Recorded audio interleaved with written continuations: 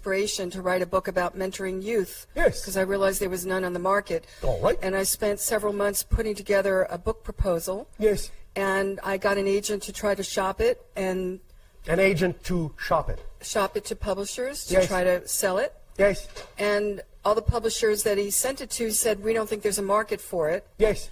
And I've been so busy with my organization, Create Now, that I've just put it on the back shelf and kind of kept thinking, well, I'm going to get that book done someday, and kind of didn't do anything with it. And then realized that the book wasn't going to write itself. Yes. And even though I work 24/7, I decided to force myself to carve out at least 2 hours on Sunday afternoons to work on the book. That is taking action.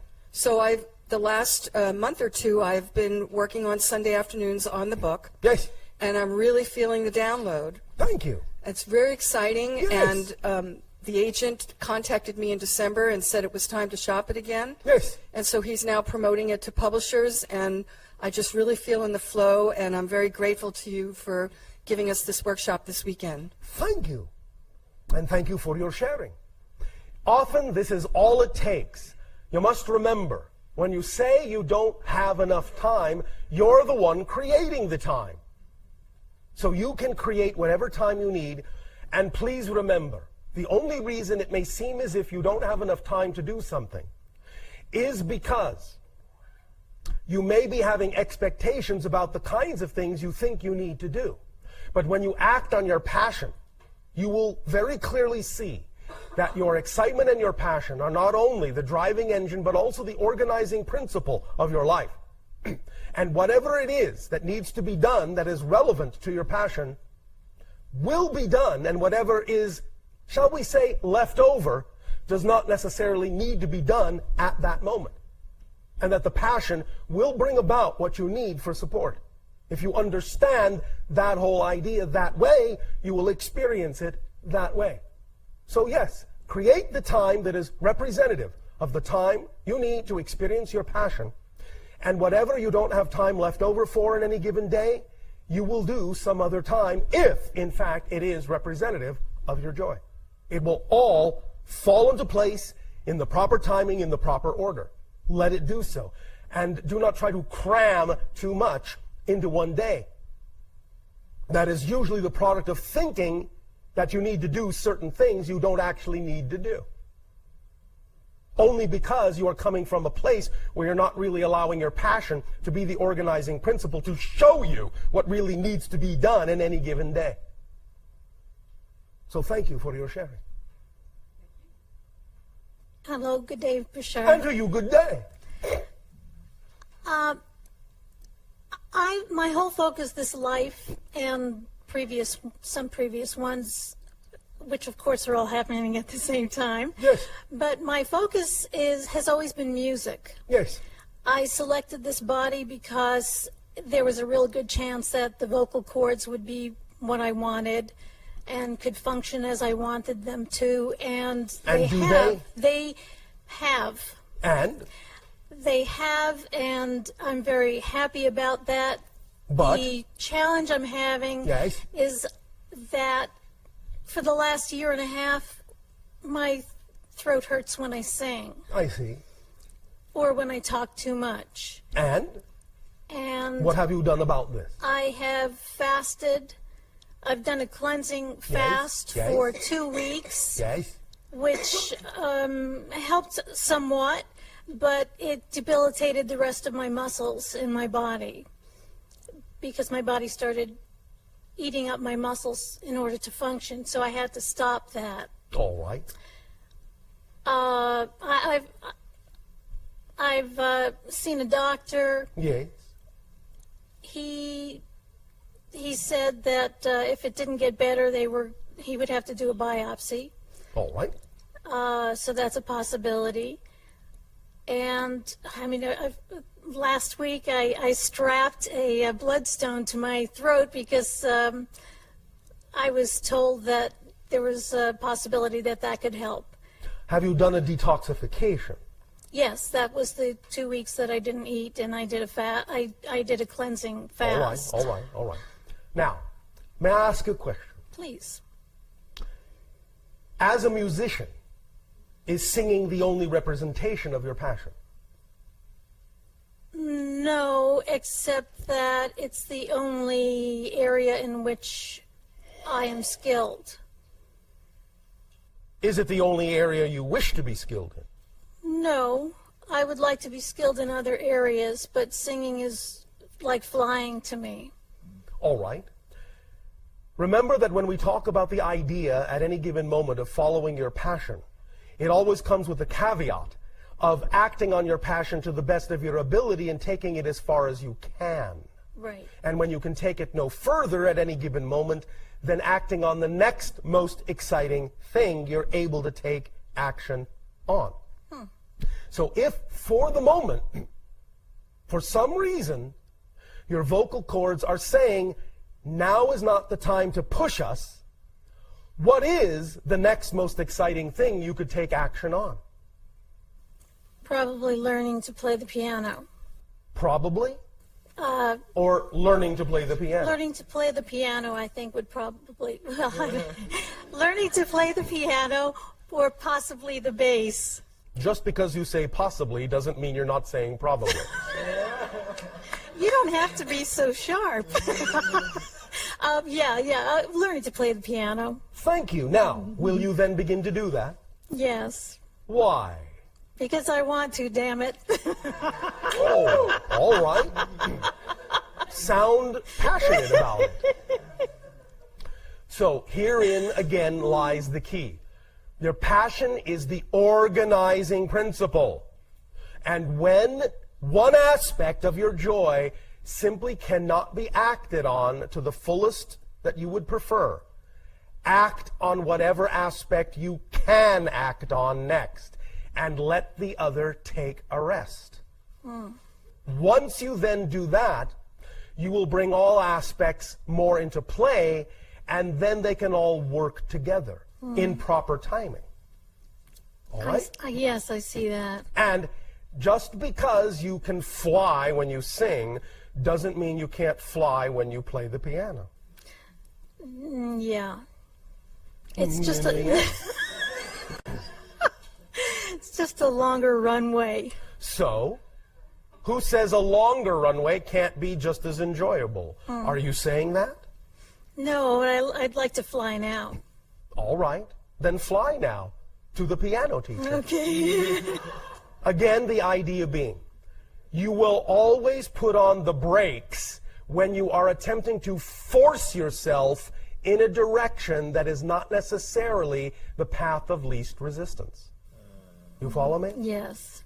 Take a cue from the signs that occur naturally, and don't assume you're supposed to smash your way through what you are calling a brick wall, when in fact it might simply be a sign and an arrow saying, go left. Yes, yes. Follow that flow.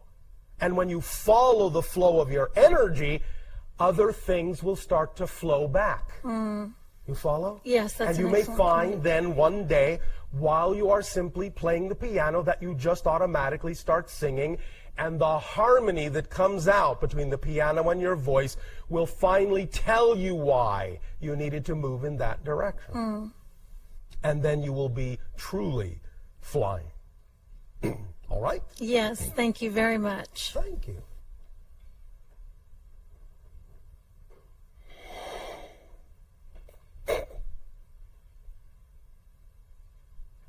Hello, Bashar. And a you good day. Good day.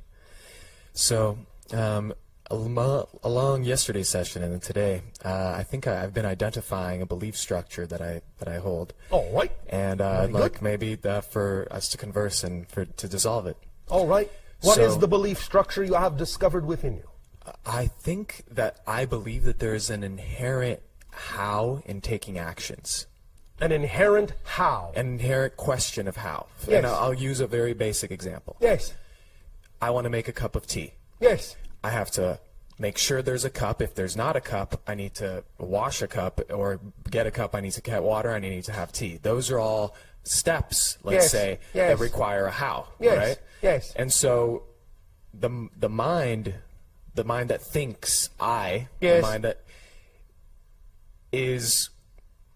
has to ask those questions, has to ask those Does how. it? Well, Does it? I don't know. Do you Does it? actually ask those questions when you say, I would like a cup of tea? Do you not just now, at this point in your life, go about the business of making the cup without actually thinking about how you're doing it? Isn't it automatic at this point? Yes, in that sense, yes. All So right. so you're saying that can be applied to any endeavor? Yes, I am. For example, like what? Now, one moment. Okay. Again, when we talk about the idea that the physical mind isn't built to understand how something's going to happen, we're talking about the concept of manifestation.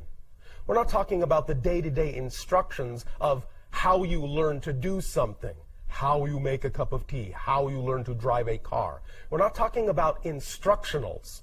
We're talking about manifestational energy when we talk about the how that comes from the higher mind. You follow me? There's follow. a difference there. Yes. Yes, of course, there are certain how-tos on an instructional sense that go hand in hand with physical reality. But that's just the idea of tutelage. That's just the idea of learning a pattern. That's not the kind of how we're talking about when we talk about the how of the higher self, seeing farther or further than the physical mind is capable of seeing in terms of how something's going to come about that you have no instruction for. I understand. I had not made that distinction. Yes. So my passion right now is to make a film. Then you And make a film. So in that like what I've learned, like all Yes. the processes I've learned of making a film, Yes. it's a lot of how-to questions. Understood. But the idea is to learn the instructionals to be prepared for the part of the how it's going to happen that isn't included in the instructions. I understand. That's the difference. As your society says, quote unquote, chance or synchronicity favors the prepared mind. Yes. We're not saying you have to be completely blank, although obviously there are instances in your society of individuals who have been given no instruction whatsoever who can simply sit down and suddenly do something. You call them prodigies. You're all capable of that. And if you actually wanted to use the idea of the higher mind how in that way, if you trusted it enough, if you got enough belief systems in alignment with it, you could actually learn something instantly. You could just look at something and know how to use it. You could do that. But I understand that most of you at this point do not do that. So while on one hand you could use the how that way, having never used a piece of camera equipment before in your life, you could suddenly look at it and go, I know exactly how to use that. You just instinctively can use it. But if you are not going to do it that way right now, there's nothing wrong with a little instruction, but the instruction prepares you for the part that's not included in the instructions, which is, how's this all going to come about? What way, what path, what door is the opportunity going to come through that will allow me to actually take action on this dream? So preparing yourself with instructionals is one thing. And that can allow the doors to open more readily because you are making a commitment, you are taking action that says you're making a commitment to be given the opportunity to use that knowledge, to use those instructionals. But that's not the how about how it's going to come about for you. Because anytime you go and talk to someone in the industry you're talking about, you can talk all day about how to use a camera and what kind of lighting and how to get the best performance out of an actor. But if you ask someone, how's it actually going to come about? What's the best possible way to make sure I'm actually going to get a chance to make a movie? You'll get a blank stare. Because no one knows. You follow me? Yes. And therefore, that's the part we're talking about when we talk about the consignment of the how to the higher mind. That's where the synchronicities need to come about that are beyond instruction. That simply open up the doorways that you are ready to jump through. Because now you have your either instructionals or your intuition or whatever you feel you need to do the job. So that's how they work hand in hand. I understand. Does that help? It does. And you know, with that said, I'm like more excited about the prospect of picking something up and just knowing how to do it, then like I'm willing to skip the step of how. Well, all right. Well, see how far you get with that. You might go all the way, and that's fine. All I'm saying is that if you pick it up and you don't, a little instruction is all right. Sure. But yes, many of you may not need as much instruction as you think if you're willing to rely on some of your intuition and just downloading the idea of what you need to know when you need to know it. You could all unleash the prodigy within you if you're willing to believe that that is an aspect of your consciousness. So by all means, give it a shot, and then temper it with what aspects of it are not coming, if any are not coming, and temper that with some instruction. Make it a balancing act so that one or the other is not right or wrong. Whatever works, works, is the point. Beautiful. Make sense? Makes perfect sense. So do you feel now that you are able to take stronger action in whatever direction you need to realize this particular dream? Yes. Thank you. Yes. Thank you. And just before I leave, I'd like to just send a hello and a greetings to the people of the Elevate Film Festival who are listening in right now. We love you guys. Elevate Film Festival, elevateexperience.com. It's an amazing thing happening on this planet right now. So Thank you. I've always been searching for the answers. I've got a tattoo on my back that says Veritas Vos Liber Bit. The truth Searching is- for what answers? Exactly. So just searching.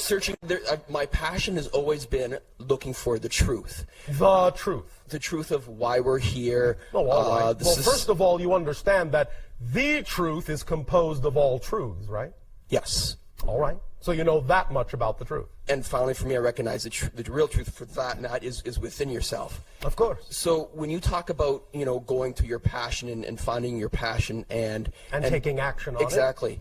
I'm coming to you and saying, well, I had my passion, and now I'm knowing the truth, and now I'm like just floating along, and I like. Oh, you think you know all the truth? No, of course not. All You right. always know more, but for now it's like I'm in this limbo state where I'm watching and I'm Yes. content, and it drives Right. me mad. And it drives the girlfriend mad too, because it's like I'm always asking questions. What do I do next? What do I do? I don't know. And I'm like just continuing first. So the question is, Yes. what's my passion? I mean, All I right. don't know. Well, you do remember that we said you can actually take it easy on a small level first.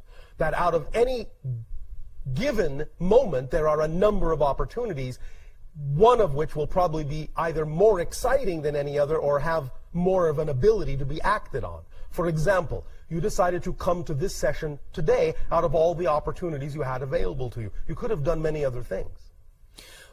The idea is to recognize that out of all those opportunities, one may be more exciting than another, and to take action on it.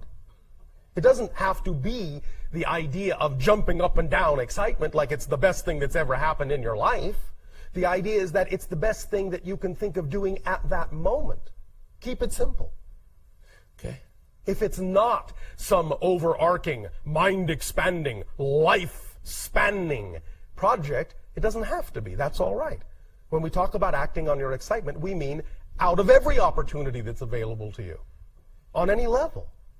So just take action on something that's representative of your excitement, and when it brings you to the next crossroad, and you can take it no further, take action on the next thing that's the most exciting thing. Okay. Does that make sense? It does. Then when you do that, that thread will lead you to more and more and more expansive things. More and more synchronicities will open up to show you what kinds of things can be representative of larger amounts of action and excitement. Okay. But if you feel that you're not getting that level, then start at this level. You can always start at this level. Does that make sense? It does. Thank you. Are you willing to do that? Definitely. Oh, I thank think I'm in a nice, comfortable plateau, and I think from here in this workshop, it's allowed me to stop being so analytical, being an Yes. IT manager myself, Yes, and yes. just go with the flow, like you're saying. Yes. It's a very hard thing, so I appreciate that. Thank you. All right, now remember, it only seems hard because of belief systems within you that say it is. Correct. So, find out what those beliefs are, because they're not absolute truths. They're just temporary constructions. Deconstruct them. All Thank right? you. Thank you. Does that help? It does. Thank you. Thank you.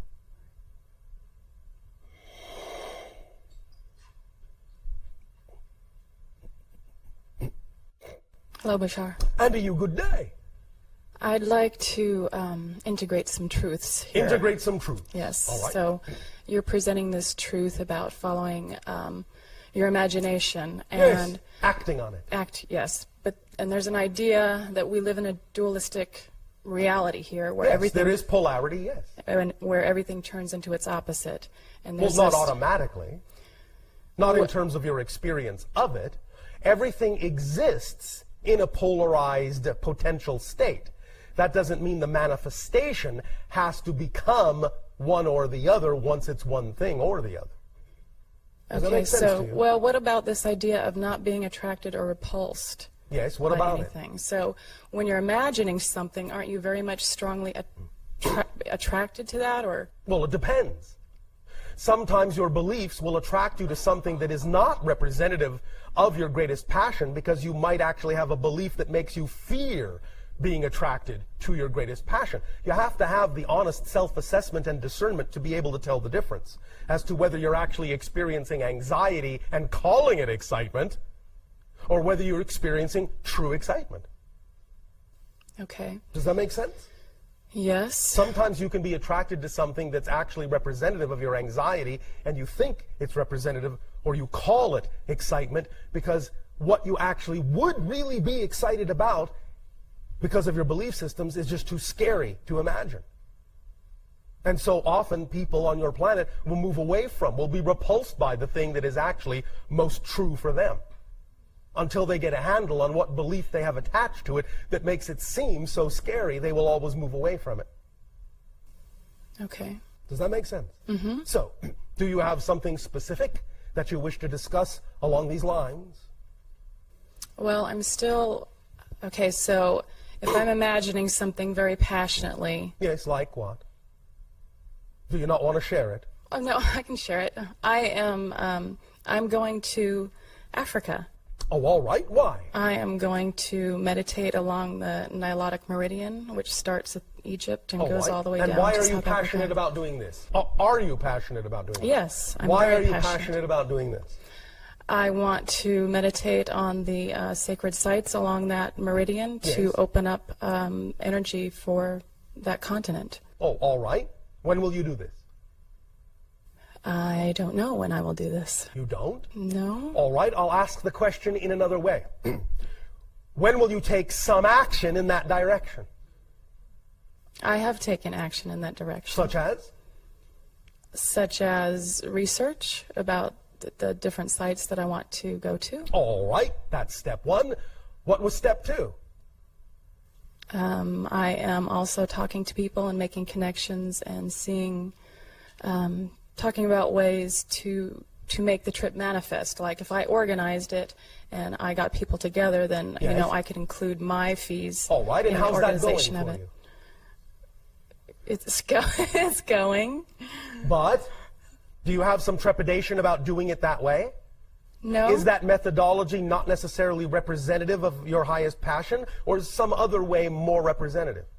I guess I'm having a hard time with, if I really get into it and really see it in each detail, I mean, it includes other people, it Yes. includes extraterrestrials. Yes. So I'm including all these other, quote, others Yes. in my fantasy world. Yes. How does that affect them and, It affects them how they choose to be affected by it. Why are you worried about it?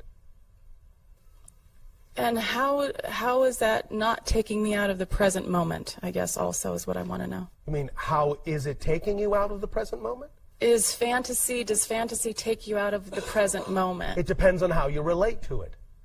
Like we said, the idea is to have the vision, but to not insist that the way you're having the vision is the way that it must manifest. That's just a template. It's a resonance template to put you in the proper state, to tell the higher mind that you're committed to that state of being, and then let the higher mind show you how it's actually best manifestable. So I can envision, like my friend said she's interested in You can participating. envision anything you want that you believe is representative of the idealized picture. Because then the component is there that allows you to feel the picture is complete. Then allow the higher mind to give you whatever version of that complete vibration is actually representative of what's best for you and all concerned. So you're kind of like creating something and then willing to let it go in the very next moment. In a sense, that's actually how you create. Look at it this way. I will once again, even though we have used this analogy for a different reason, I will use it here too. Use the rubber band analogy. When you pull the rubber band back, you are building up energy, building up energy, building up energy, building up energy. You are creating that picture in all the ways you deem are most representative of your excitement. Once you have created it all, the rubber band is pulled back as far as it can possibly be pulled back. How is the rubber band going to accomplish anything if you don't let it go? You understand? Yes. You have to release the energy that you have potentialized in that vision. You have to let it go and let it fly where it will then go. Then the higher mind is the one that catches it and shoots it back to you in the way that is most representative of the true manifestation that serves you. I understand. That's the job of the physical mind, but once you let that go, your job is done. Move on to the next most exciting thing you can do, or the next aspect of the exciting thing you are able to take action on. Because you've let that go, now let the higher mind do its job. Get on the business of attending to any other aspect of it you can act on, or anything else that is representative of your excitement that you are able to act on. Okay, that brings up another question because Yes. there is a sense that I get in my body that something has been manifested even though I don't see it in physical reality. Yes. So, and then my guides tell me, okay, that's done, go on to the next thing. Yes. So that's how it works, right? Yes. Okay. Because these things sometimes are set up in a certain way, once again, so that by the time the whole thing manifests, you have gone through a process that will actually allow you to utilize the end result in the best possible way with the highest amount of appreciation. Make sense? Yes, it does. Thank you very much. Does that help you? Yes, greatly. Thank you. Have a good time in Africa. Thank you.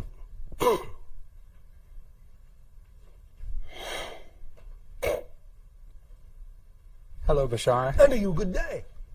I wanted to do a bit of sharing, A bit of sharing. and then I also had a question. Yes. So I just wanted to share how I've been acting more spontaneously Yes. on my joy and my passion. Thank you. And the things that have happened in my life recently. All right. Go right ahead. And basically, yeah, I mean, I've been listening to you for a while, for about 8 years, and I've been, applying your message more and more and more in my life. And I feel that recently, especially, my life has become very, very spontaneous, All right. where something might happen, and then my life gets to the point where, like, a week from now, I don't even know what my life is going to be like at all. All right. Neither Uh, do I. Right, and that's great. I mean, I really enjoy this. I mean, for example, I have a steady job and like a condo and so forth, and like responsibilities. Yes. But I don't really take them seriously anymore, in a good sense. I mean, it's understand. not- yeah, and If I thought you were taking them in a negative sense, I would have said something. yeah, and I mean, for example, I registered for a 4-year program at the Fort Lauderdale Art Institute Yes. spontaneously. All so right. like I did it, and then I called my family, and I was like, I'm doing this 4-year program. Yes.